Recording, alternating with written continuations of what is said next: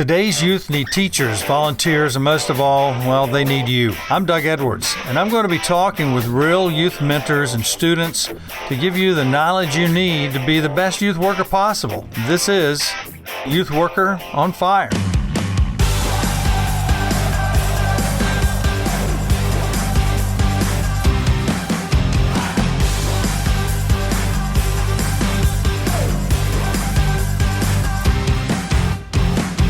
Okay, we have Sammie Smith here, and Sammie was with Florida State University, went to Apopka High, I'm going in reverse here, and then Miami Dolphins, and then Broncos. Yes, sir. Denver Broncos for a while, so you covered a lot of friends, a lot of people, and so Sammie, you fellowship Christian athletes now, and getting ready to go to Ole Miss, I understand. Yes, sir. Excited. Yeah. Tell me about your journey. Let's start in who influenced you in middle school, high school? Well, I had the opportunity a few weeks ago to speak at a prayer breakfast in Apopka. And prior to that prayer breakfast, I had time to kind of consider who had been very influential in my life as coaches. And one of my first coaches in organized sports was a man named Red Johnson from Apopka. Yeah. And I played for a city league basketball team, and the name of our team was Gentry. We were sponsored by Gentry Insurance in Apopka, and certainly Mr. Johnson was a great man. His son was a really good friend of mine. His son played football with me all through middle school and high school, and then he went on to play college football at NC State and remains a great friend of mine today. His dad really taught his kids values, and certainly had a huge impact on me in getting involved in sports. You had those influences, and so those people were volunteers, were all of them volunteers? Yes. It's a big deal when volunteers, they don't know the impact they have on people's lives always. They don't. And, when you have an opportunity to work with young people and to do it simply because you love young people and you love God, the impact is immeasurable that you'll have on young people's lives, because they can see. Young people know when you're there because you want to be, and they know when you're there because you have to be. And, big difference when you want to be doing something to help people out. That's right. And you had some big influences at Florida State. By the way, for those who don't know, tell me about track and field and high school. How fast were you? I was pretty quick. I was a state champion 100 and 200 meter sprinter in high school my junior year. And my senior year, I was up there pretty high. I think I finished maybe second in both of those events. And had a great man that trained me in high school, Coach Joe Johnson and Joe Joyner, two Joes. Great men, and really developed a love for track and field in middle school. My middle school football coach was Marcellus Alexander, and he was my track and field coach, and I was a county champion in the 100 and 200 yard dash in middle school. So developed a great love for track and field at a young age, and continued to run track and field when I was at Florida State University, where I was. Oh, you did that with football? Oh, yes. I was a conference champion in the 100 and 200 meters twice at Florida State. That's crazy. Every time I hear your story, I hear a little more. A little bit more happening there. So tell me about your Florida State days. Get into Miami. Talk about that, because people need to hear the pain and the highlights, the good, the bad of your story, so that they can understand what you do now. Florida State went there with great expectations. I was the highest recruited offensive player in the country, and signed with Florida State. And of course, after I signed, we had a great class. Guys like Deion Sanders and Chip Ferguson, Pat Tomlin, a lot of guys that came on board after we made the decision to go to Florida State. And we had some great years. We were a part of the class that helped turn that program around and start what would go on to be, I think, a 14 or 15 year run of being in the top 5 every year. So we had some great opportunities at Florida State to perform on the football field. And then I saw a lifelong dream come true, to be a first round draft pick in the NFL. That's what I aspired to be, and God opened those doors for me. But certainly that wasn't the end of it. Along came with that was some very tough times. Career didn't go quite as well as I would have liked it to go while I was at Miami. went through some rough patches there, and found myself, 4 years later, being injured and out of the league. But God was always doing something in my life. I think that those things happen for a reason. They happen to develop me into the man that I am today, and develop me into the father and community person that I am today, and someone that loves Christ, and wouldn't trade him for anything in the world if they were going to get me to where I'm at today. But certainly were some tough times, but again, times that built me and helped mold me. The most touching part of that story to me was when you had a hard fall, somebody hit you hard, hit the track. Coach Shula, you were going to come out. Shula says stay in, and Marino starts trying to take care of you. So tell me about that story that happens over the next week and the events of your life. Well, I can remember the game. It was a Kansas City game. I wasn't a hard hit or anything. Got tackled and had a concussion actually from my head hitting the turf there, and should have probably not been in the game anymore that game, but continued to play, and had a turnover in the game that was a costly turnover, and really changed the whole direction that my career was going from then on. I can remember coming to the sideline, and that was being my first game back from an injury, and Coach Shula giving me the instructions prior to the game that if I got tired and needed to come out, to just motion to him and he'd get me out of there. And when that happened, when I was tired, it actually happened after me having 4 or 5 consecutive first down runs. Mm-hmm. And the game plan changed in the middle of the game. I tried to come out and Coach Shula said stay in. But, it's just one of those things. Again, it's all in God's plan. Yeah. How those things transpired were things that would get me to where I'm at today. Mm-hmm. And again, if I had to do it all over again, if that's what it would have taken for me to come to the knowledge of who God was in my life and who he could be, and how life could be if I would follow him, then certainly I'd take that path again. That's right. But there was more pain there. Mm-hmm. Tell me about your son that week and then the next week. Well, during that season, I lost my son to SIDS. It was a bye week. I actually came home to Orlando that weekend from Miami, and my son had his 2-month shots that day, and I'll never forget calling my wife and asking her how his appointment went to get his shots that day. And of course, she told me everything went fine, but the doctor told her one thing, that the medication that they give toddlers at that age can sometimes make them drowsy, and to kind of be mindful of him that day. And but the report that I got from her was really good. And late that night, some told me to go home, to drive back to Miami when I had just driven home to Apopka. Mm-hmm. And I got in my car and drove to Miami. And first place I went was to my son's crib. And when I reached in, he had passed. Oh. So I know it was meant for me to be there, that God didn't want my wife to wake up the next morning and find our son passed and me to be way in Orlando. So that was just God moving me to go home, and that was something that we had to deal with as a family that certainly you never get over it. It's always going to be a hurting thing. You always think, and try to picture what he would have been like and what kind of man he would have grew up to be. But certainly we know that he was in a better place than we were, And you have 2 children now. Amen. Got 2 children now. I actually got 3. Yeah. My oldest daughter was actually about 19 months old when my son passed. Okay. So we have pictures of them together, and the memories will certainly last a lifetime. But that was a difficult time for me and my wife. Yeah, for sure. Denver, you ended up in Denver, but then we'll shorten the story so we can get to where you are now. But you ended up in prison for a while. Tell me what happened, why that happened, and some of the pains from Miami to there, and who took care of you? Well, actually, after my career was over in Denver, I had a career and an injury there.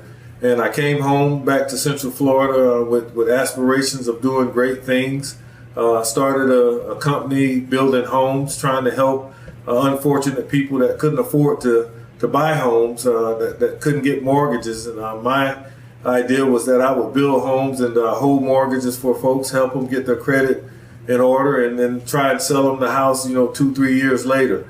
So I had great intentions, and I came home and just got around some old buddies that were involved in things that were unseemly, of course. They were involved in dealing drugs, and I got plugged into that. And I would find 10 months later, after being involved in that, that I was getting ready to go to federal prison. Oh. And again, that was a life-changing thing that happened in my life, but it was a thing that was needful. You know, if God would take getting me out of a situation and having to put me in prison to get my attention, I appreciate it, because it was that night that I truly understood what it meant to accept Christ. Oh. So I had in my mind accepted Christ on several occasions prior to that. As a young man, I had been in church, and man, the sermons were great, and the praise and worship was awesome, and I felt compelled to go up and give my life over to Christ, and with tears in my eyes, and then I would leave that service feeling like a changed young man, and then 2 or 3 days later I'd be back to the old Sammie, you know, just back to living according to the worldly standards. But that particular night when I was in prison, it was just me, those walls, the bars that were in front of me, and an opportunity to spend some time with my Lord and Savior Jesus Christ. And that's the night that I had an opportunity to do an overview of my life and to see how blessed I had been, how God had blessed me immeasurably with the talents that I had and with the financial abilities that He had given me, and how unfrugal I had been and how unfruitful I had been with those opportunities. And it was an opportunity for me to really tell God that I was sorry, and to truly ask Him to come into my life and change me and transform me into a new man. So I would have to say that night, although it was one of the worst nights of my life, you know, getting taken from my home and my freedom, and having to, you know, look at a prison sentence possibly in my near future, but it was the night that I fully surrendered and had a true experience with Christ, and the night that I surrendered all and decided that I was going to follow Christ, and wherever He lead, I was going to go. And you know what? I haven't ever talked to you about your parents. Mm-hmm. And I did get to meet them the night that last banquet we were at, but ran to a guy by the name of Ron Chapman. Ron's a good friend of mine, and he had worked some with your dad. He was had a roofing company, Ron did. And he said, your parents are just amazing people, loved your dad.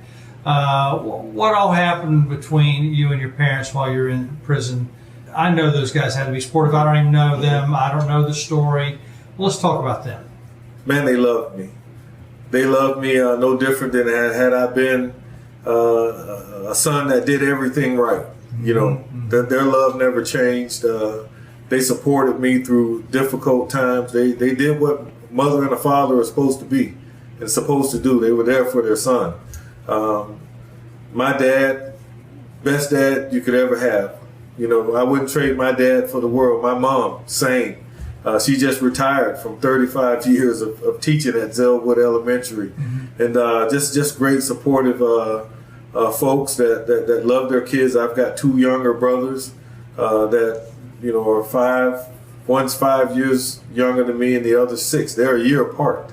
And we've had the support of our parents throughout life, and still do to this day. You know, whenever I need some advice or someone to talk to, even like in this situation where we're deciding to move and go to Oxford, Mississippi, to work with Ole Miss, you know, I confided in my parents and sought their wisdom, and they've always been there and supportive, and again, just been a blessing to us as young men growing up in their household. Those are some honorable people. That's the type of parents that you want, and that's the type of parents I want people to hear about. Yes. So thank you for sharing that. We've never talked about them before. Now tell me about the coaches. So the NFL, was the NFL the ones who came and stood beside you while you're in prison until you got out? Who was it that stood beside you? Well, coaches-wise. You know, the first group of people that reached out to me while in prison were all my coaches at Florida State. Certainly, you know, Coach Gerke here in Apopka and the local coaches that were a part of my life, you know, they were certainly always in my life. But Coach Bowden, Coach Jim Gladden recruited me when I was at Florida State. The chaplain that's still there now, you know, Clint Purvis, reached out to me. I got my first Bible in prison came via Clint Purvis with an inscription in it, encouraging me. He's still at Florida State today. Matter of fact, he called me a few weeks ago and congratulated me on the opportunity and the work that God's calling me to do with Ole Miss as their life coach and chaplain. And he jokingly told me, "You're gonna lose your first game as a chaplain because Florida State plays them the first game." But just great people, all the coaches. Coach Bowden had reached out to me, and Coach Bowden has always been supportive. I've just had nothing but really good people in my life, but never really had much contact with Coach Shula and Coach Tassif. I don't even know if he was even still alive at that time. Coach Tassif passed. He was my running back coach at Miami. I can't remember when he passed, but Tony Nathan was certainly a good friend of mine. And I didn't know Tony's story until I just saw the movie that came out here over the last year or two, Woodlawn. Yeah. Oh, really? Yeah. Tony Nathan's is one of the main characters in that movie, and I didn't know his full story. And my ex-wife, my first wife, was really good friends with his wife, and she didn't know their journey. If you haven't seen Woodlawn, go and see it. Yeah, Woodlawn's an amazing movie. And amazing God encounter. Yes. Yeah. Yes. And he was an amazing person. Yes, he is. Still is. And his family. Yes. His dad, mom. Okay, now how did you get to Fellowship Christian Athletes as far as your Lake County representative, and now you're moving to Ole Miss? How did that happen? In 2010, Wave Robinson, who's our multi-area director for Fellowship of Christian Athletes here in Central Florida, had reached out to me from someone. He had gotten my phone number, and he contacted me and asked me if I would be willing to come and speak at the 2010 Capital One Bowl, which featured Alabama and Michigan State as the teams. And of course, I had been getting opportunities to go and speak at different places, different venues, and they were smaller venues. They were things that I could do and kind of stay under the radar. So when this came up, quite honestly, I really didn't want to do it. And I kind of told Wave, let me check my schedule and see if I'm able to do that. And immediately when I hung the phone up with him, God spoke to me and said, "Son, how long are you going to hold in this testimony that I birthed in you? You promised me that you were going to share the gospel and that you were going to share what I've done in your life." And I called Wade back within probably 5 minutes and told him that I was free. But that started a journey for me, being there and sharing in front of probably 700 or 800 people. My journey, it gave me the confidence that I had a story and that I had something to offer people that I had gone through in life that could be a help to folks, and gave me the confidence to start sharing that. And 2 years later, I'm filling out an application and going through tryout training to become an FCA missionary here in Lake County. And it's been a great journey, but the journey continues. It's taken me to Oxford, Mississippi now. So yes, and we're going to miss you terribly, and I'm going to miss you personally. But you got to do what's right, and what's right now is that's the opening God's got for you. You got your business here with a training facility, and that's been a great blessing. Tell me, to those people thinking about volunteering, whether it's in Fellowship of Christian Athletes, FCA, whether it's in the school system, whether they're full-time teachers or coaches, what are some things that you would just want to do to say to them that, hey, you can do this, or you can continue on doing this? Tell them, because there's always pain and suffering in serving. But there's good times too. The reward is immeasurable. When you have the opportunity to impact, for me, especially young people, working with Fellowship of Christian Athletes here locally in our high schools, and we had some time there that we were able to get into middle schools. And my business here, Kingdom Impact, is if you look out there, it's young men that are here that I get the opportunity to do life with. You're on journey with these kids when you're here serving with them, and you're having the opportunity to share their journey and to hear their stories, to hear their struggles, and to be able to pour into them to help them get through some difficult things that most of us of our age or older have gone through. And to be able to give back is just immeasurable. One of the things we ask for with FCA is when we ask for people to join and become a part of what we do with Fellowship of Christian Athletes. We ask for their time, talents, or treasure. All right. That means if they don't have funds to give to help support, certainly they would have some time. If they don't have the time, maybe they have a talent that could help with events or anything, so any type of way that you're able to give and be supportive and to help in youth related ministry, again, the reward is immeasurable. When you see young people, I've got a few kids here that did their signing. I had one kid that did his signing here to go to college. Wow. He chose to come here and do it here at our facility. And we had a radio show going on at the same time here. Oh, wow. So when you see things like that happen and you see kids that you've had the opportunity to walk alongside, and now they're on that other part of their journey, and they're going to still remain close to you and still be a part of your lives, I can't tell you how important and how great that makes you feel to know that you had some part into that. Yeah, absolutely.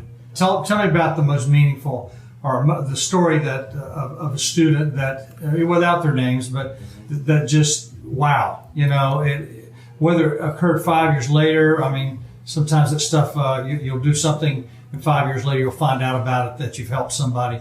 Well, it's probably been a couple years ago now.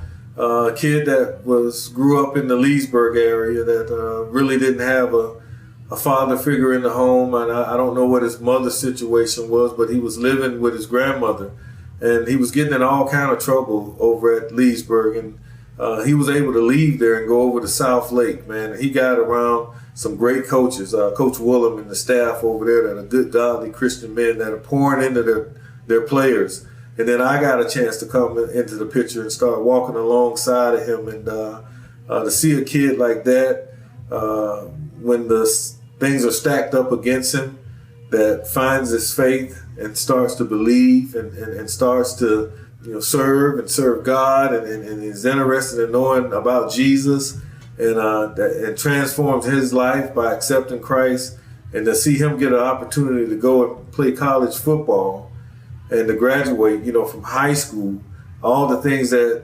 the number says he wouldn't do. We honored him at one of our golf tournaments, and I got a chance to introduce him and to watch him get up there and to speak, and address the crowd, and to see a young man that, basically turn into a man. Yeah.